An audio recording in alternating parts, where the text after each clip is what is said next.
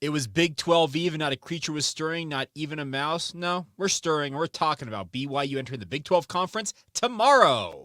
You are Locked On Cougars, your daily podcast on the BYU Cougars, part of the Locked On Podcast Network.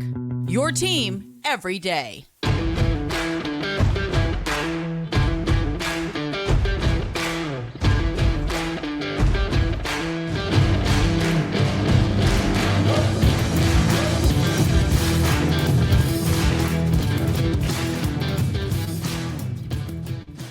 What's up, everybody? I'm Jake Hatch, your host here on Locked On Cougars, your resident BYU insider. Thank you for making Locked On Cougars your first listen of the day. Appreciate all of you for being everydayers with us here on the Locked On Podcast Network. We are your original daily podcast focused on all things BYU.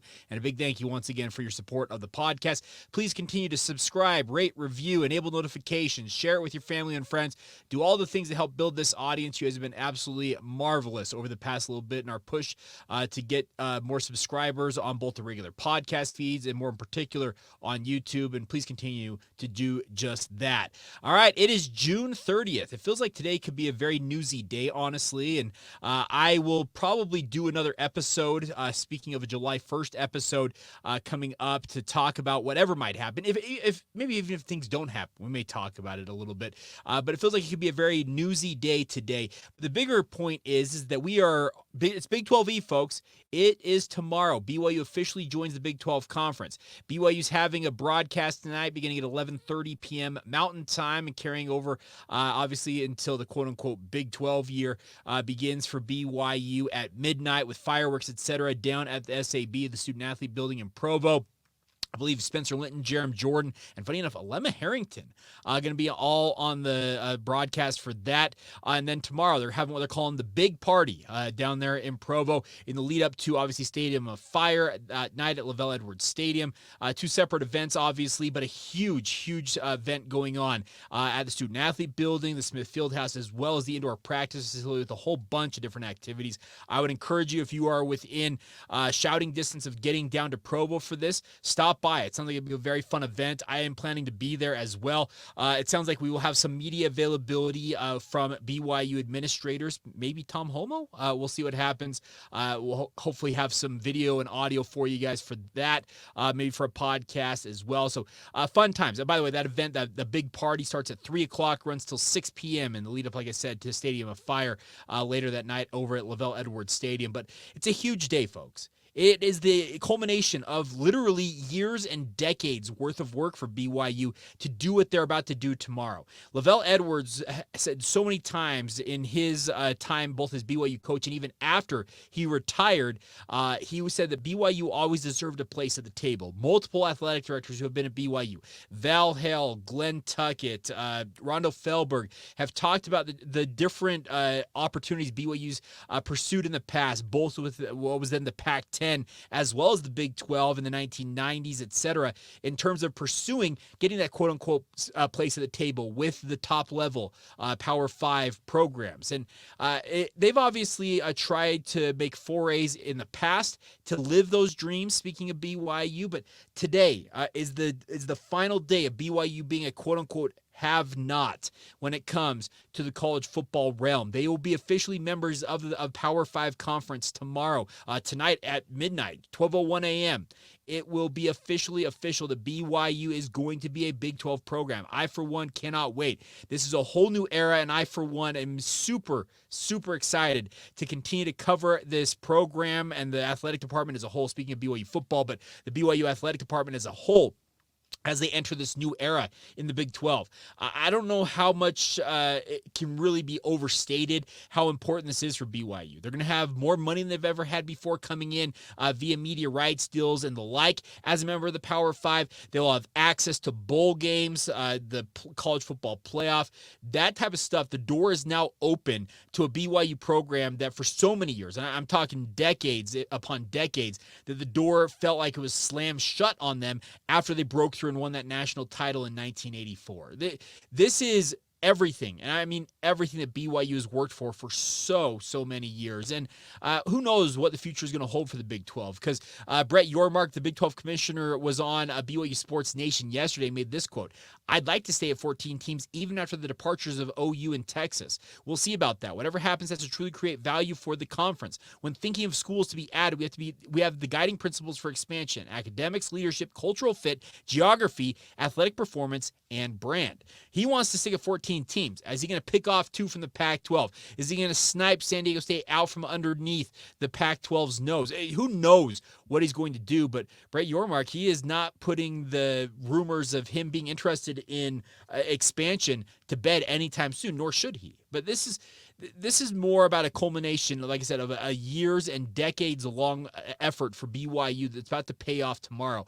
Tom Homo, a great article done by Jay Drew. He's caught up with Tom Homo Monday at BYU's media golf tournament. And Tom said this is a kind of a contrived, made-up thing because there's no games to celebrate BYU going into the Big 12. And he's absolutely right in that assessment. It's a bit of a contrived thing that BYU's built up here. But, hey, you only get to celebrate this once. You only get to celebrate getting into the Power 5 level once. And that is something I think that absolutely should be more heavily celebrated. And I would encourage you as Cougar fans, be ecstatic. Honestly, be ecstatic that BYU's living the dream now. They are going to be on the same footing as some of the programs out there, most notably Utah, who have loved to shove it in BYU's face for years upon years that, hey, we're a have, you're a have not. That stuff is gone by the wayside.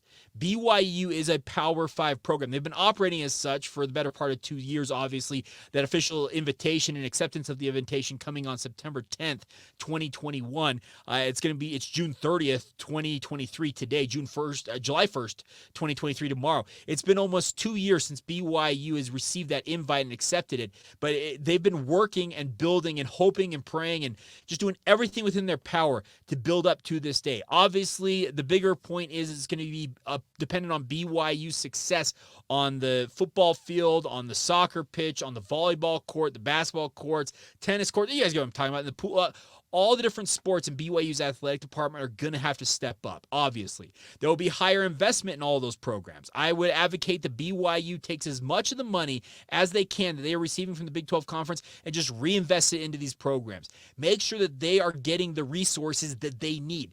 This is a momentous day for BYU and a momentous occasion. And like I said, if you are within driving distance of getting to Provo to celebrate this, I'd encourage you to stop on down. Like I said, I don't know 100% of exactly what's going to happen. I can read off the things that BYU has planned. The big countdown show tonight has a limited number of fans will be able to attend in person.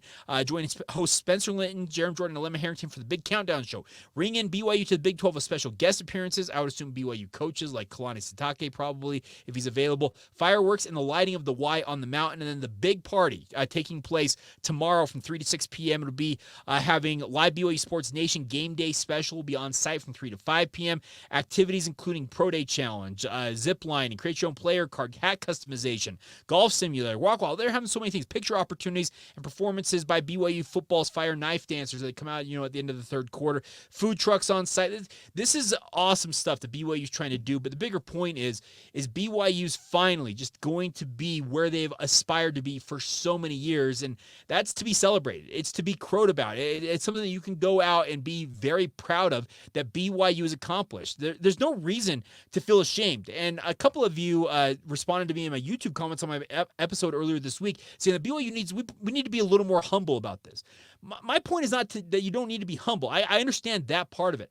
I'm talking about the fact that BYU's brand, and that's the brand, is going to be bigger than anything out there when it comes to BYU sports and the Big 12. And I think Brett Yormark absolutely realizes that as well. He made another comment to ESPN to BYU Sports Nation saying this: they are a national brand, but they can become a household brand for sure, and we're going to help them like they helped the conference. If BYU wins, the conference wins. If the conference wins, BYU wins. I want ESPN and Fox to glamorize our programs. I'm confident that will happen with BYU.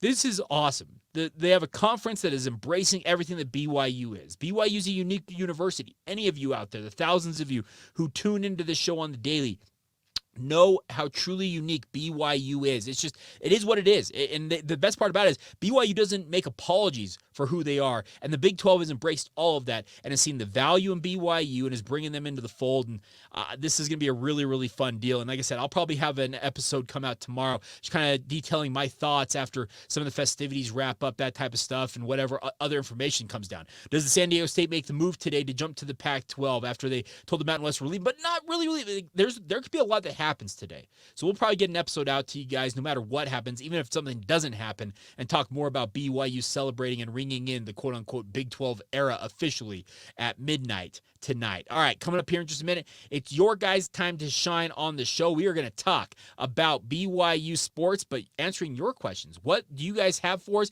Some good questions were sent in. We'll get to all of those as we continue on right here on Locked On Cougars. First, a word on our friends over at FanDuel. They've been working with us for a few months now. The best part of FanDuel is if you're ready to take your first swing at betting on Major League Baseball on FanDuel, you can go get 10 times back your first bet amount in bonus bets up to $200. You heard that right back, my friends. That's right. But just bet $20, you add $200 in bonus bets, win or lose. That's $200 you can spend on everything from the money line to over under on who do you think is going to get the first home run, whichever game you happen to be interested in. And it's all on an app that's safe, secure, and super easy to use. Plus, when you win, you can get paid out instantly. It's my favorite part about our friends over at FanDuel. There's no better place to bet on the MLB than our friends with FanDuel, America's #1 sportsbook. Sign up today and visit FanDuel.com/lockedon to get started and get that up to $200 back in bonus bets with our friends at FanDuel. Once again, that's FanDuel.com/lockedon to get started today. That's FanDuel, official partner of Major League Baseball. Thank you once again for making Locked On Cougars a part of your routine. Thank you for being everydayers with us here on the podcast. I appreciate you guys' patronage and just being a part of the community. It's always fun to sit down, and especially when it comes to the mailbag. That's my favorite part about this. When I pull out the mailbag and I throw it out, the tweets on social media to ask your guys' questions, you guys respond with some really good ones that make me think about it. So thank you to all of you who submitted questions this week. We're going to start off with this. M. Staples 5, our good friend Matt, says, how many games will the football team have on ABC, Fox, and ESPN?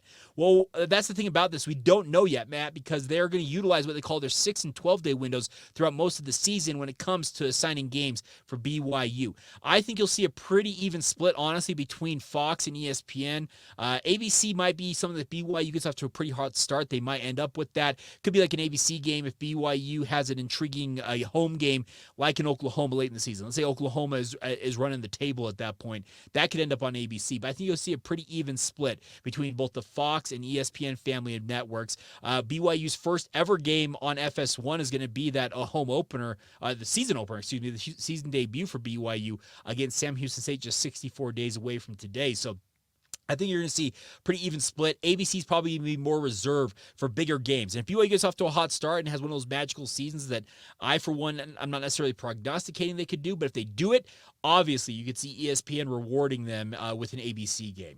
All right, next question coming in. Our good friend Aggie fan Dan. Dan, I'm not going to lie, a lot of BYU fans are guessing that you are a Cougar in Aggie clothing. Is that right? Some people have asked that question. He asked this, though. What is the best other BYU podcast out there, and why is it the BYU Hype Train podcast? They aren't daily like you, but it seems like they have quite the following.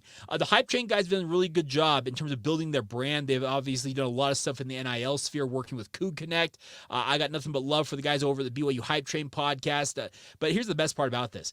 I don't necessarily have a quote-unquote favorite other BYU podcast because I consume them all. Give them Hell Brigham, obviously the Daily Dose that Jeff Hansen's doing when him and Garrett need to get back on the train, it feels like, and give them Hell Brigham. They're actual podcast going a little heavier, but that may be off until the season gets going. I don't know what the status is of that. There's other podcasts out there that if I stumble upon them, I'm happy to support them, listen to them, and it helps me become a better podcaster simply by listening to other people's point of view. And there have been people out there who have asked me, hey, have you ever considered having a co-host? And I have, but to this point, have not found the right option, I feel like, in terms of bringing on a full-time co-host of the show. But never say never. That's the biggest thing about this when it comes to all the things we're doing here on the podcast. But the bigger point is, I support any and all content for Cougar fans. It's awesome to have multiple outlets for you guys to consume media, but I truthfully, I thank all of you for your guys' support of this podcast in particular. I won't lie, it puts money in my pocket,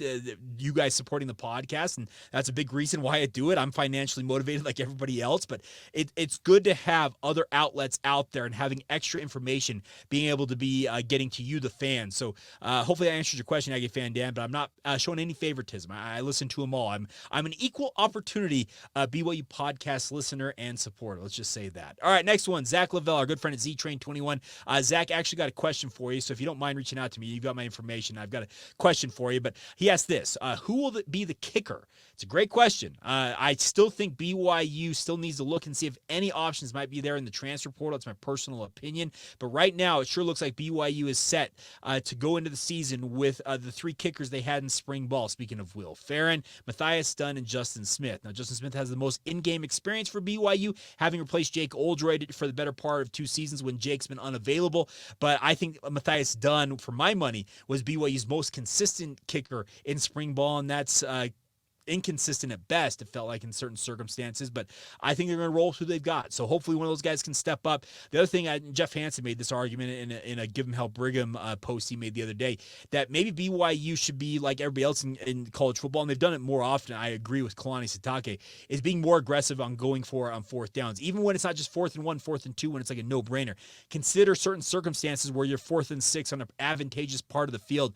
Take opportunities like that. You don't necessarily have to always send the kicker out there. You can retain the ball and hopefully get 6 versus 3. So, well, it's an interesting conversation, but I think they're going to roll with the kickers that they've got right now. All right, Nick Chadwick says, why did BYU stop doing the haka before football games? I'm not Polynesian myself, but I thought it was an awesome way for BYU to show off their Polynesian heritage in the program.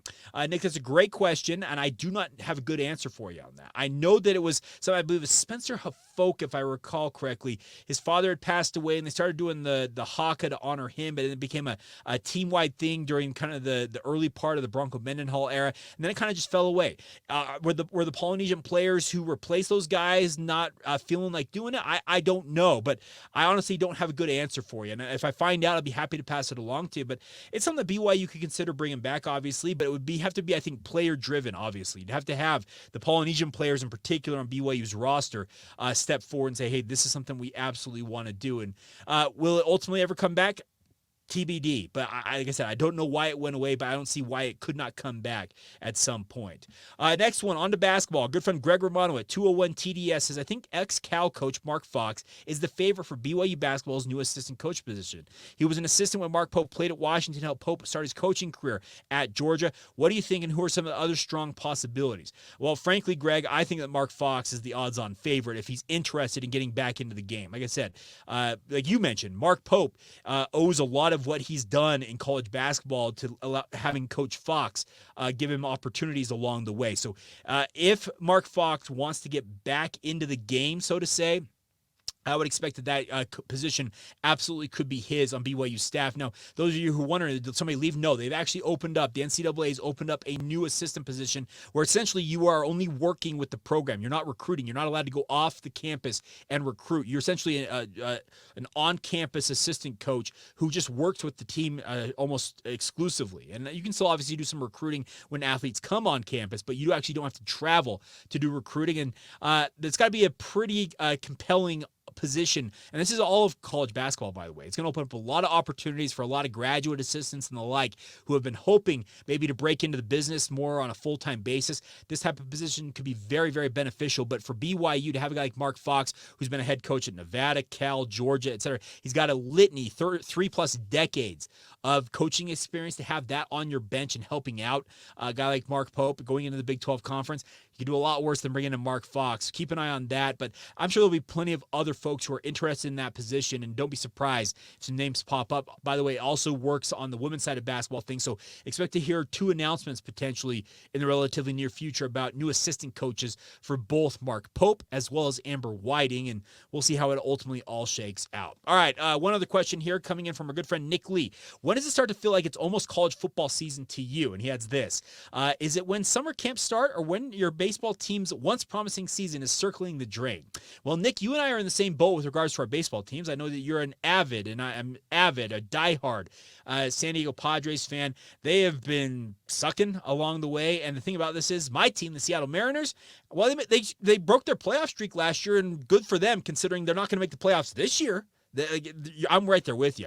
I'm watching this team scuffle along. Speaking of the Mariners, just like your Padres, I'm just like, yeah, whatever. Wake me up when you guys actually, want to compete on a national basis. But hey, for me, it really does start when Media Days start, and that's under 2 weeks away. I'll be down in Arlington, Texas, at Big 12 Media Days, and cannot wait for that. And looking forward to seeing, obviously, what's going on. One other thing about that is that Media Days is going to be really cool. 5 BYU players, certain programs setting 4, certain programs setting 5 guys alongside their head coaches down there. Going to be a lot of athletes to be talked to, and we're looking forward to it, and I'll be collecting as much as I can from the festivities down there to obviously pass along to you guys from having my eyes and ears down there in Arlington at AT&T Stadium. All right, coming up here in just a moment, we round out today's edition of the podcast by looking back at the final game of the 2018 season. And I think it's going to be an interesting look back, because there's an interesting story about where I took this game in. Speaking of how I watched it, how I consumed it, etc. And we'll talk about that coming up here momentarily.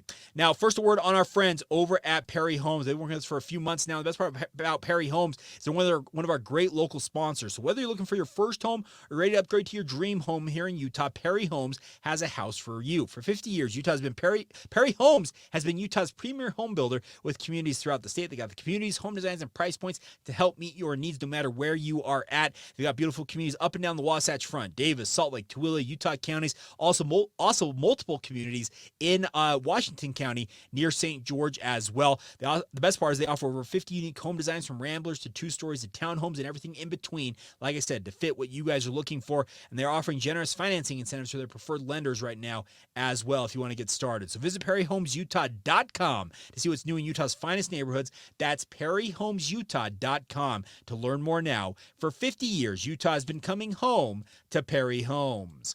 Thank you once again for making Locked On Cougars a part of your routine, everybody. All right, final note here on this Friday edition of the podcast is a look back at BYU's final game of the 2018 season, and it's the quote-unquote perfect game for Zach Wilson. They were playing in the famous Idaho Potato Bowl against the Western Michigan Broncos.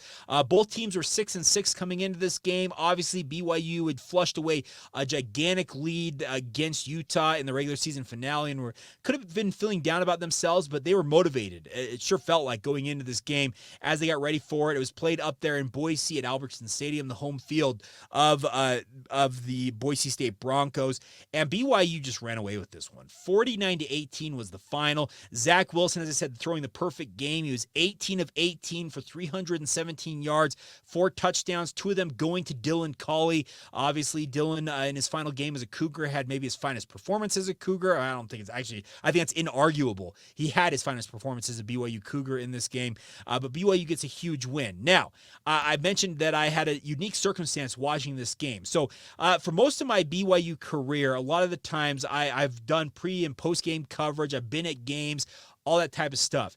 This is one of the few games in BYU's independent era, as a media professional, I had to do two things at once. I have a big family Christmas party that takes place every single December.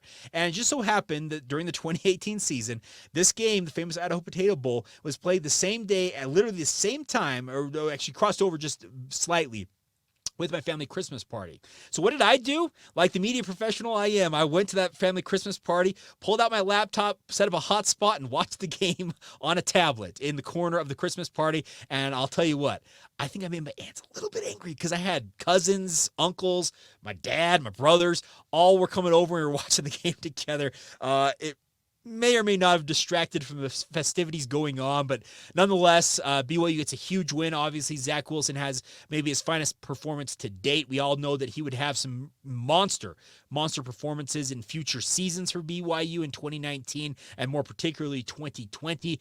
But we'll continue to break those down in coming days and weeks of the podcast. We got to start rolling through this. We're getting close to rolling through this, but we still got to go through the 19, 20, 21, 22, and 23 seasons. We just got a bunch of seasons to roll through and not a lot of time to do it. So buckle up, folks. The month of July, going to be a lot of us talking about BYU's past games as we get you ready for the upcoming season for BYU. But nonetheless, a big thank you to all of you for your support. Let's go out and celebrate, folks. It's going to be a fun thing. If I'll be around at the big party tomorrow, like I said, there's going to be some media availability, so I'll be wandering around. If you see me, don't hesitate to come up and say hello. I love nothing more than seeing Cougar fans who are supporters of the podcast out in the wild, as they say, and would love nothing more than chat you up a little bit and talk a little bit about BYU. But more importantly, thank you for your support of this podcast. Like I said, we're still planning on giving away this signed Jaron Hall football. If you want to enter to win that, it's lockedonbyu@gmail.com is the email address. We also got other BYU swag we'll be happy to give away to you guys as well. So would love nothing more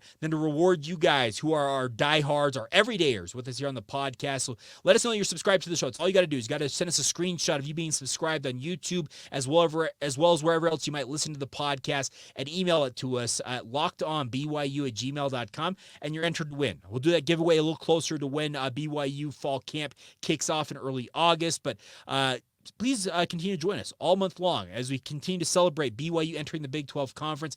It's been a long time coming, folks, and it's something we absolutely should talk more about more openly, and we will continue to do that in coming days and weeks. But tonight is a night to celebrate. So it's Big 12 Eve. Put out your Cougar Tales. I don't know what you're going to do to celebrate, but nonetheless, celebrate accordingly. And of course, we'll reconvene probably tomorrow. I'll probably have a podcast for whatever happens with regards to BYU in the Big 12. And then obviously we'll reconvene early next week. We'll do an episode on July 3rd. Take Independence Day off, July 4th here in the United States of America. We'll celebrate the holiday, but then we'll reconvene on July 5th. And then from July 5th, we're going to be a week away from me being in Arlington for Big 12 Media Day. So it is coming fast and heavy, folks. So get ready for it. And a big thank you once again for making Locked On Cougars, your first listen today, and thank you for being everydayers with us here once again on the Locked On Cougars podcast. Until next time, hope you guys are all doing well, and we will talk to you guys again soon. Once again, this has been the Locked On Cougars podcast. See ya.